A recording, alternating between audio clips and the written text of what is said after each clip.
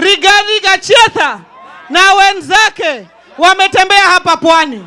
Na wapa ni washukuru watu wa Pwani sana kwa sababu walikuwa wanatembea kwa uwanja na uwanja uko wazi. Na mimi nimwambie Rigathi, Baba Raila Amolo Odinga hakuwa na uhusiano na wewe wakati alikuwa hai. Wakati sasa baba ameaga, wewe wachana na baba. Wewe wachana na baba. Na mambo ya baba uachane nayo kabisa. Usilete hiyo story ya baba na kumkosea heshima. Wewe ulimkosea baba heshima wakati alikuwa hai.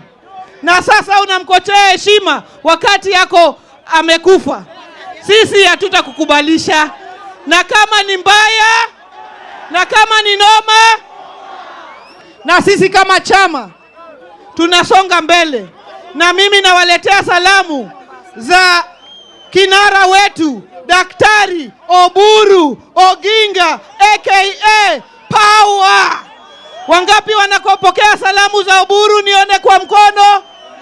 Na sisi tunaingia kwa meza ya mazungumzo na wale wenzetu. Na nataka niseme hapa